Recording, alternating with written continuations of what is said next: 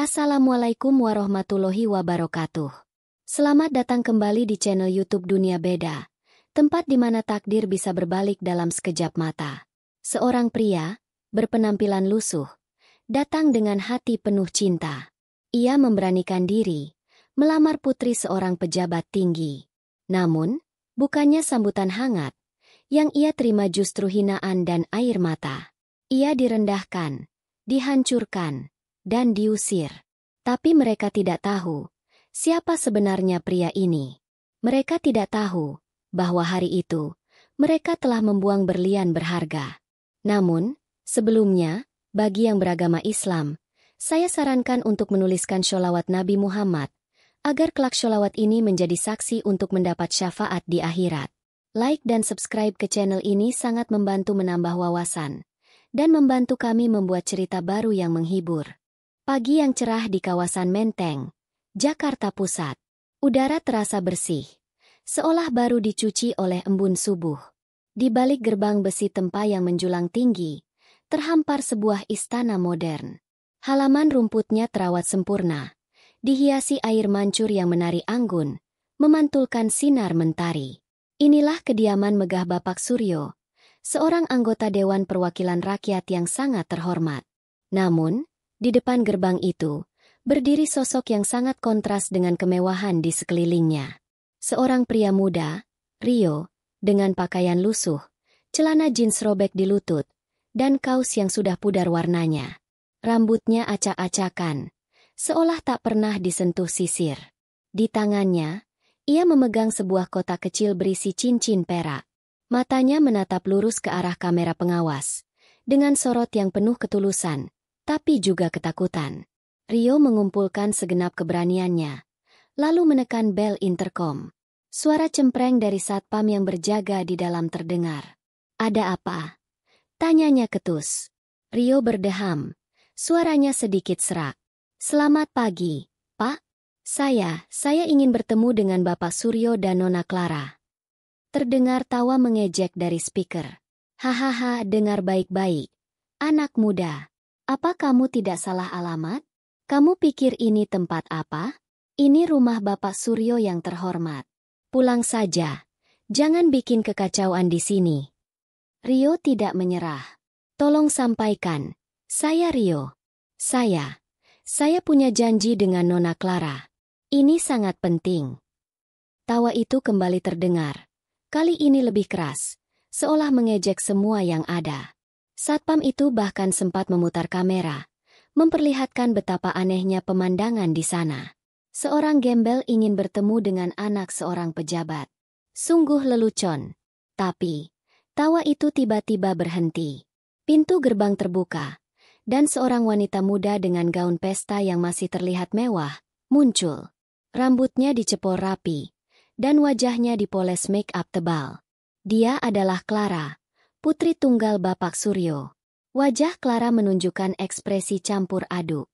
Ada rasa penasaran, tapi juga jijik yang tidak bisa disembunyikan. Ia melangkah keluar gerbang, memandang Rio dari atas hingga bawah, seolah melihat kotoran. "Rio? Kamu?" "Rio?" Suaranya terdengar dingin.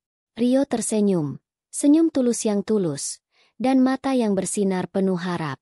"Clara, syukurlah kamu ingat aku." Clara memutar bola matanya. "Tentu saja.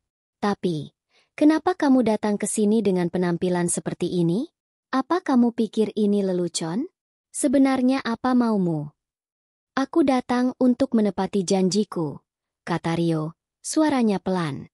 "Aku ingin melamarmu." Mendengar kata-kata itu, Clara terdiam sesaat. Lalu, ia tertawa. Tawa yang renyah, tapi sangat menyakitkan bagi Rio. Tawa itu seolah-olah mengejek semua kenangan mereka. "Melamar? Kamu?" Clara menggelengkan kepala. "Rio, kamu pasti sedang bermimpi. Lihat dirimu. Kamu bahkan tidak punya apa-apa. Apa yang bisa kamu tawarkan kepadaku? Cinta? Omong kosong." Tepat di saat itu, Bapak Suryo keluar dari rumah. Pria paruh baya itu mengenakan setelan jas mahal, berdiri tegap dengan aura kekuasaan yang kuat. Matanya menatap tajam ke arah Rio, lalu beralih ke putrinya. "Ada apa, Clara? Siapa pria ini?" tanyanya dengan suara berat.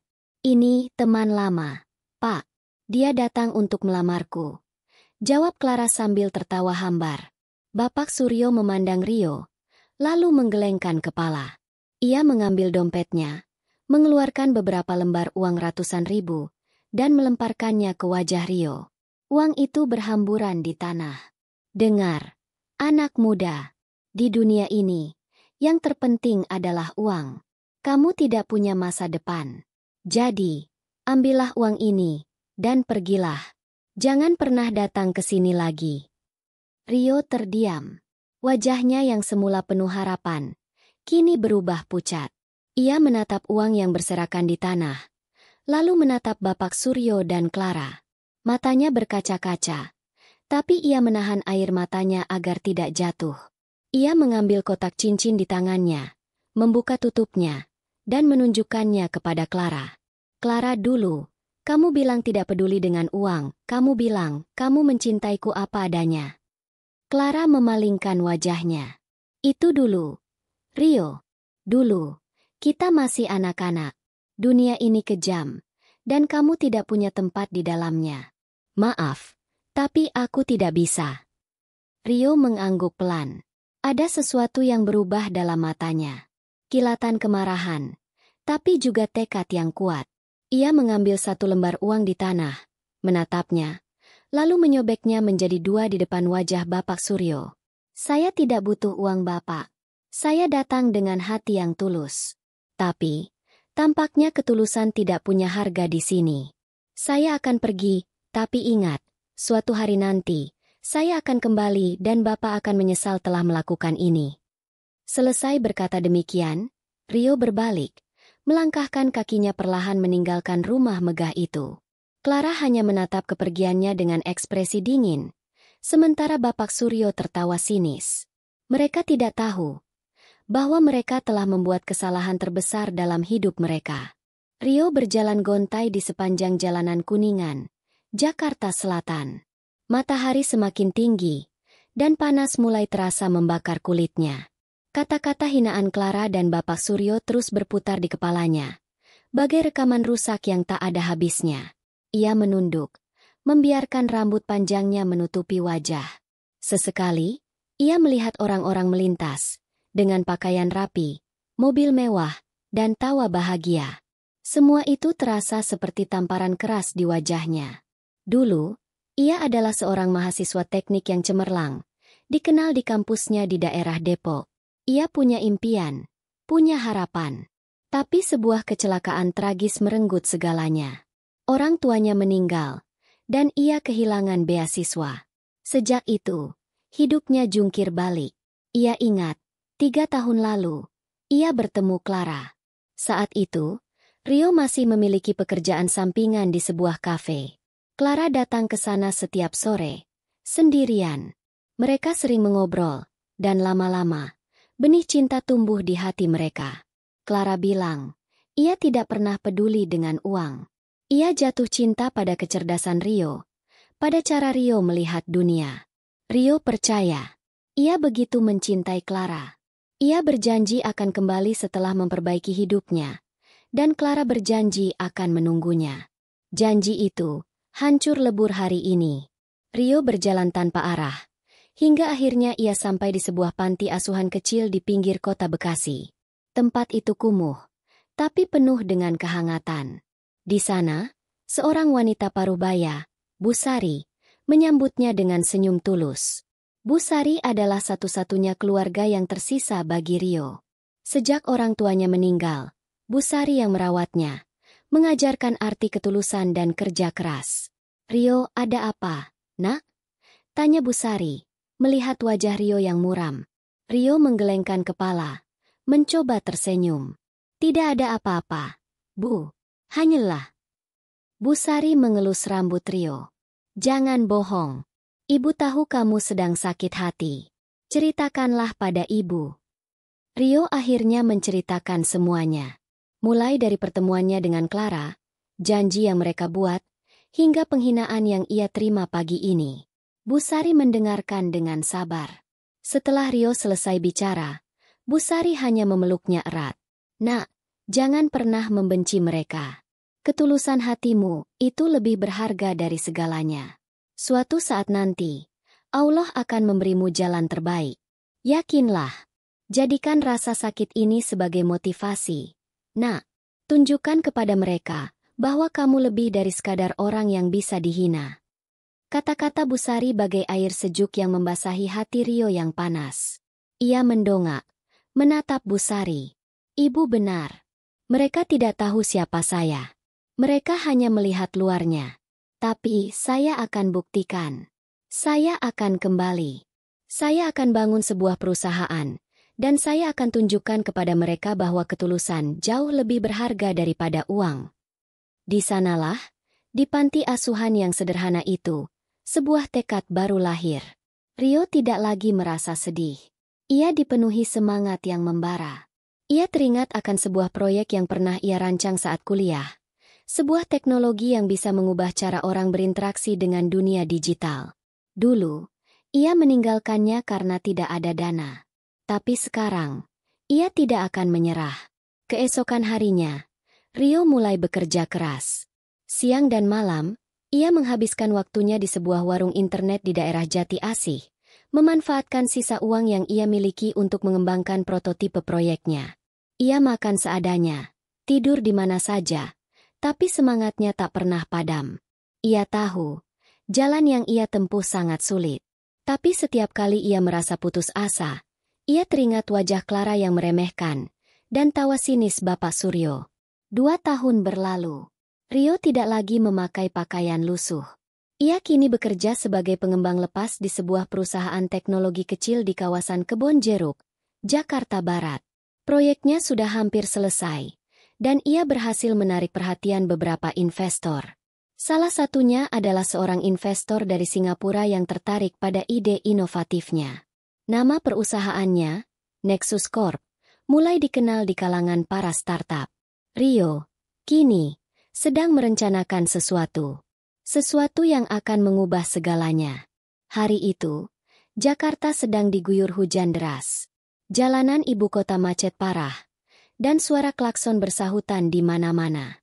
Di sebuah kafe mewah di kawasan SCBD, Jakarta Selatan, Bapak Suryo sedang duduk santai sambil menyesap kopi. Di depannya, Clara tampak sibuk dengan ponselnya. Mereka sedang menunggu kedatangan tamu penting. Seorang pengusaha muda dari Singapura yang dikabarkan akan menjalin kerjasama dengan proyek bisnis Bapak Suryo. Proyek ini sangat ambisius, dan Bapak Suryo sangat berharap akan sukses besar. "Clara, sudah hubungi pihak mereka?"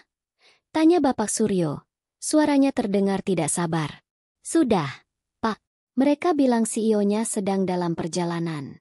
Katanya sih, dia sangat sibuk dan sulit ditemui," jawab Clara tanpa menoleh dari layar ponselnya. Bapak Suryo tersenyum sinis. "Bagus.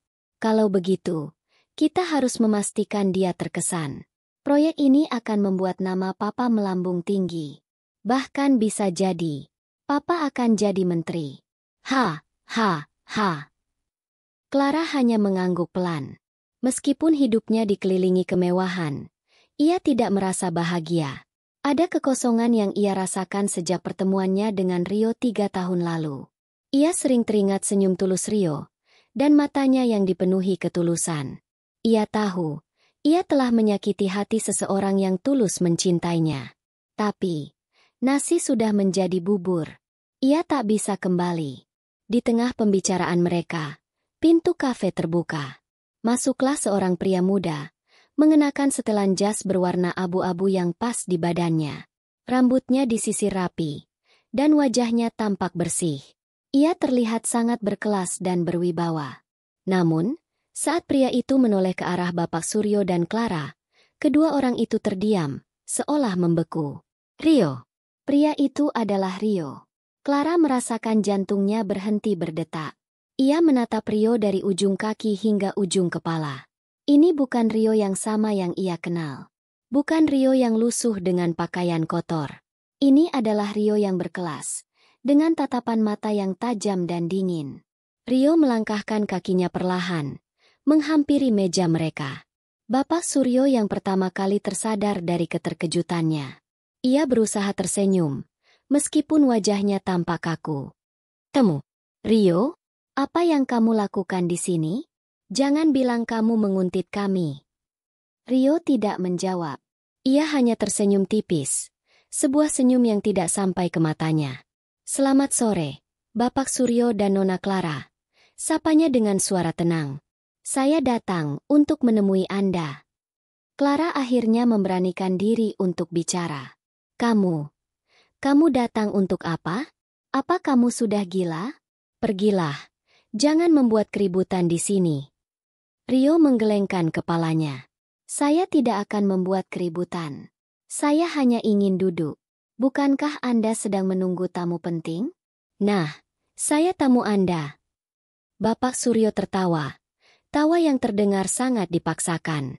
Kamu, jangan bercanda. Kamu pikir siapa dirimu? Kamu itu hanya. Saya adalah CEO dari Nexus Corp, potong Rio. Suaranya kini terdengar tegas dan penuh percaya diri. Perusahaan yang akan bekerja sama dengan Anda, Bapak Suryo. Seketika, tawa Bapak Suryo berhenti. Ia menatap Rio dengan mata terbelalak. Wajahnya yang semula sombong, kini berubah pucat. Kamu, tidak mungkin. Bagaimana bisa? Rio menyilangkan kakinya. Tidak ada yang tidak mungkin. Bapak, dunia ini penuh dengan kejutan. Seperti kejutan yang akan saya berikan kepada Anda nanti. Tapi sebelum itu, saya punya satu pertanyaan untuk Anda, Clara. Clara mengangkat wajahnya. Matanya kini berkaca-kaca. Dipenuhi penyesalan. Apa yang kamu inginkan? Kamu masih ingat cincin perak yang aku berikan padamu? Tanya Rio. Cincin itu adalah cincin yang sama dengan yang dipakai CEO Nexus Corp. Clara memandang ke arah jari manis Rio. Di sana, melingkar sebuah cincin perak, yang terlihat sederhana tapi sangat elegan. Cincin itu adalah cincin yang sama persis dengan yang dulu ia berikan kepada Rio. Clara menunduk, tak sanggup melihat mata Rio yang kini dipenuhi aura kekuasaan. Ia tahu, ia telah kehilangan segalanya. Seminggu kemudian, berita tentang kerjasama antara perusahaan milik Bapak Suryo dengan Nexus Corp menjadi berita utama di mana-mana. Semua media sibuk memberitakan, memuji-muji Bapak Suryo sebagai pengusaha yang sukses. Di balik itu, Bapak Suryo mengadakan konferensi pers besar-besaran di sebuah hotel mewah di Jakarta untuk mengumumkan kerjasama ini secara resmi. Ruangan dipenuhi wartawan dari berbagai media, kamera-kamera berjejer rapi, dan lampu sorot menyala terang. Bapak Suryo berdiri di panggung, dengan senyum puas. Alhamdulillah, hari ini adalah hari yang bersejarah. Kita akan memulai sebuah kolaborasi luar biasa dengan Nexus Corp, sebuah perusahaan yang sangat inovatif. Ucap Bapak Suryo dengan bangga. Terima kasih kepada Tuan Rio, CEO Nexus Corp, yang sudah mau hadir di sini. Silakan Tuan Rio, berikan sambutan. Tepuk tangan bergemuruh saat Rio melangkah ke panggung. Namun, ekspresi wajahnya sangat berbeda dengan Bapak Suryo. Rio tidak tersenyum. Matanya menatap lurus ke depan, ke arah kamera dan para wartawan. Ia mengambil mikrofon, dan suaranya terdengar jelas. Selamat sore, semuanya. Nama saya Rio, dan saya adalah CEO dari Nexus Corp. Ia memulai. Saya di sini tidak hanya untuk mengumumkan kerjasama. Saya di sini untuk mengungkapkan sebuah kebenaran. Seketika, suasana di ruangan itu berubah tegang. Para wartawan saling pandang, bingung dengan arah pembicaraan Rio. Bapak Suryo yang berdiri di sampingnya tampak terkejut. Ia mencoba berbisik. Rio, apa yang kamu lakukan? Ini bukan bagian dari rencana. Rio tidak peduli. Ia terus berbicara. Beberapa tahun yang lalu, saya adalah seorang mahasiswa yang tidak punya apa-apa. Saya datang dari keluarga sederhana, dan saya punya mimpi. Tapi, mimpi itu hancur karena saya dihina. Saya diremehkan. Hanya karena saya miskin, saya tidak dianggap sebagai manusia. Rio menoleh ke arah Bapak Suryo. Bapak Suryo, Anda ingat 2 tahun lalu? Anda menendang saya keluar dari rumah Anda. Anda melempar uang ke wajah saya. Dan Anda bilang saya tidak punya masa depan. Anda meremehkan ketulusan hati saya. Dan Anda hanya melihat uang. Ruangan itu hening. Para wartawan mencatat setiap kata yang diucapkan Rio. Wajah Bapak Suryo berubah pucat pasi. Ia mencoba merebut mikrofon dari tangan Rio. Tapi Rio menghindar. Saya ingin memberikan pesan kepada Anda semua. Jangan pernah meremehkan seseorang dari penampilannya. Kekayaan bisa lenyap. Jabatan bisa hilang. Tapi hati yang tulus akan selalu bersinar. Kata Rio. Suaranya bergetar penuh emosi. Saya datang kembali bukan untuk membalas dendam. Saya datang kembali untuk membuktikan bahwa Allah itu Maha Adil. Bahwa orang yang tulus, suatu saat nanti, akan mendapatkan balasan yang pantas. Clara, yang menyaksikan semuanya dari barisan depan, menunduk. Air matanya sudah tidak terbendung lagi. Ia mengingat kembali betapa kejamnya ia dan ayahnya 2 tahun lalu. Ia menyesali semuanya. Tiba-tiba, seorang asisten datang tergesa-gesa dan berbisik kepada Rio. Rio mengangguk, lalu menoleh ke arah Bapak Suryo. Oh, dan satu hal lagi. Bapak Suryo, saya rasa Anda butuh ini. Rio berkata sambil mengambil sebuah flash disk dari sakunya. Ini adalah salinan data yang saya temukan, yang membuktikan bahwa bisnis Anda tidak sebersih yang Anda katakan. Lanjut Rio, suaranya kini dingin. Data ini sudah saya serahkan kepada pihak berwajib. Jadi, semoga berhasil dengan kelanjutan bisnis Anda. Selesai berkata demikian, Rio meletakkan flash disk itu di meja, lalu meninggalkan panggung. Para wartawan langsung mengerubungi Bapak Suryo, yang kini tampak kebingungan dan ketakutan. Kerumunan wartawan tidak bisa menahan diri. Mereka memotret Bapak Suryo yang berdiri mematung, di bawah tatapan mata tajam Rio yang meninggalkannya. Seluruh ruangan konferensi pers gempar. Para wartawan berebut untuk mendapatkan gambar dan pernyataan dari Bapak Suryo yang kini terlihat panik. Wajahnya yang semula sombong, kini berubah menjadi merah padam. Ia tidak bisa berkata-kata. Tangan dan kakinya bergetar. Skandal ini akan menghancurkan karir dan hidupnya. Ia menoleh, mencari Clara, berharap putrinya bisa membantunya. Tapi, Clara tidak ada di sana. Clara sudah pergi, meninggalkan ayahnya sendirian. Di luar gedung, Rio berdiri di bawah payung hitam, menyaksikan kehebohan itu dari kejauhan. Sebuah mobil mewah hitam berhenti di depannya. Pintu terbuka, dan Clara keluar. Ia tidak lagi mengenakan gaun mewah, melainkan pakaian sederhana. Wajahnya basah oleh air mata. Rio, aku minta maaf. Ucap Clara dengan suara serak. Aku tidak tahu, kalau kamu benar-benar akan melakukan ini. Rio menatapnya, tanpa ekspresi. Kamu tidak tahu atau kamu hanya tidak peduli? Tanyanya dingin. Aku sangat menyesal. Semua yang kamu katakan di dalam itu benar. Aku terlalu buta karena uang dan kekuasaan. Aku meninggalkanmu karena aku malu punya pacar gembel. Padahal, kamu adalah satu-satunya orang yang tulus mencintaiku, kata Clara. Isaknya semakin keras. Rio memalingkan wajahnya. Penyesalanmu sudah terlambat, Clara. Aku sudah memberikan kesempatan padamu. Aku datang dengan hati yang tulus. Tapi kamu membuang ketulusanku begitu saja. Dan sekarang kamu kembali, saat aku sudah punya segalanya. Tidak begitu. Rio, aku masih mencintaimu. Clara mencoba meraih tangan Rio. Namun, Rio mundur selangkah. Cinta tidak bisa dibeli. Clara, cinta itu seperti air. Dia akan mengalir kemana seharusnya.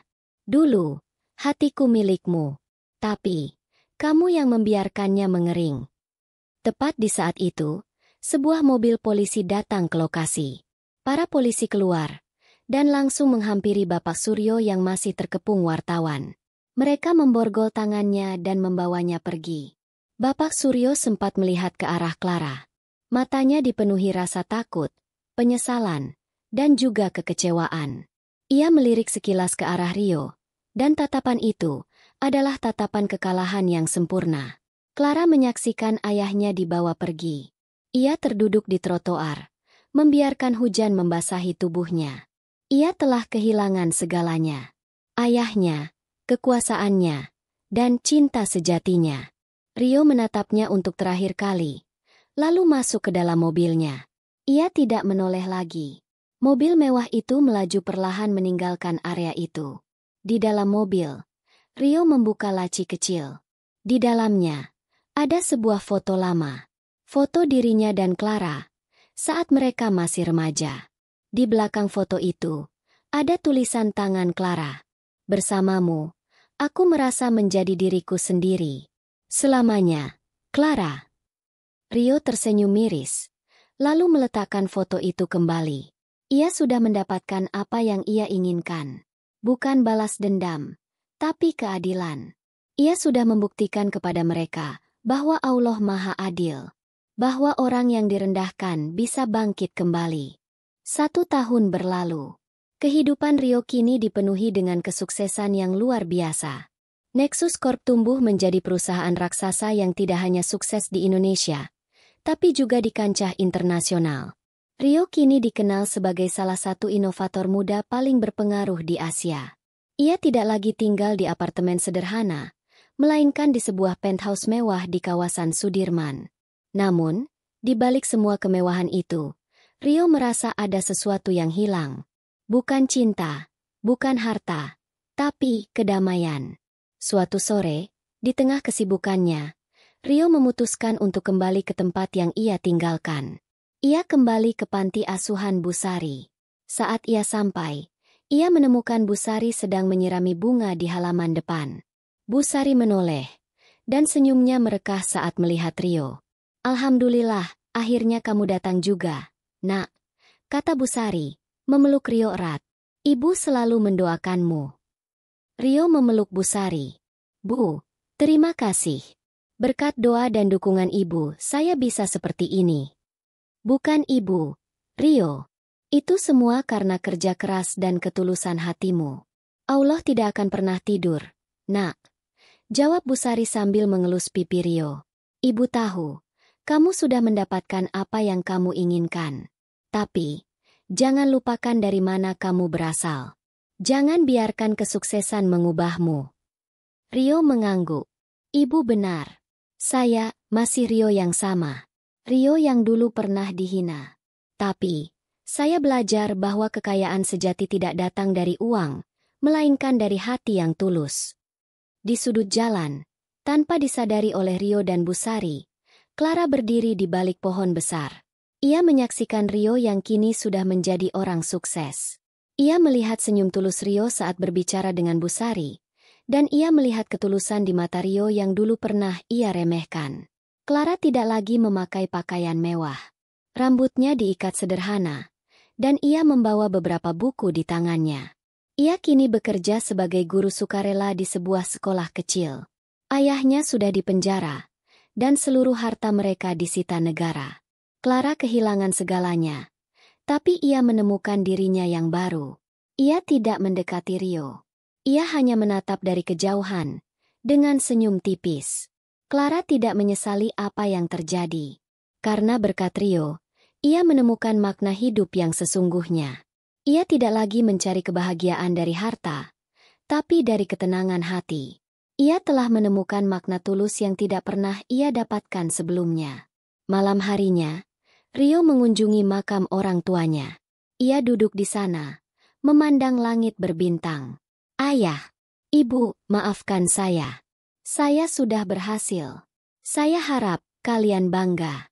Saya berjanji, saya akan selalu menjadi orang yang tulus. Karena saya tahu, itulah kekayaan terbesar yang saya miliki." Keesokan harinya, Rio mengumumkan sebuah program baru dari Nexus Corp. Program itu adalah sebuah yayasan nirlaba untuk membantu anak-anak miskin di seluruh Indonesia mendapatkan pendidikan. Rio tidak melakukan ini untuk publisitas. Ia melakukannya karena ia tahu rasanya tidak punya apa-apa. Dan ia ingin memastikan tidak ada anak lain yang mengalami hal yang sama. Cerita ini adalah bukti nyata bahwa karma itu ada. Bahwa Allah Maha Adil. bahwa orang yang direndahkan tidak akan selamanya di bawah, dan bahwa ketulusan hati akan selalu menemukan jalannya menuju kemenangan sejati. Hikmah: jangan pernah meremehkan seseorang dari penampilan luarnya. Kekayaan sejati tidak diukur dari seberapa banyak harta yang kita miliki, tetapi dari seberapa besar ketulusan hati yang kita miliki. Balas dendam terbaik adalah menjadi orang yang lebih baik dan lebih sukses dari orang yang merendahkanmu. Jika Anda menyukai cerita ini, dukung kami dengan like video ini, subscribe ke channel kami untuk cerita inspiratif lainnya, dan tinggalkan komentar di bawah. Kami akan senang mendengar pendapat Anda.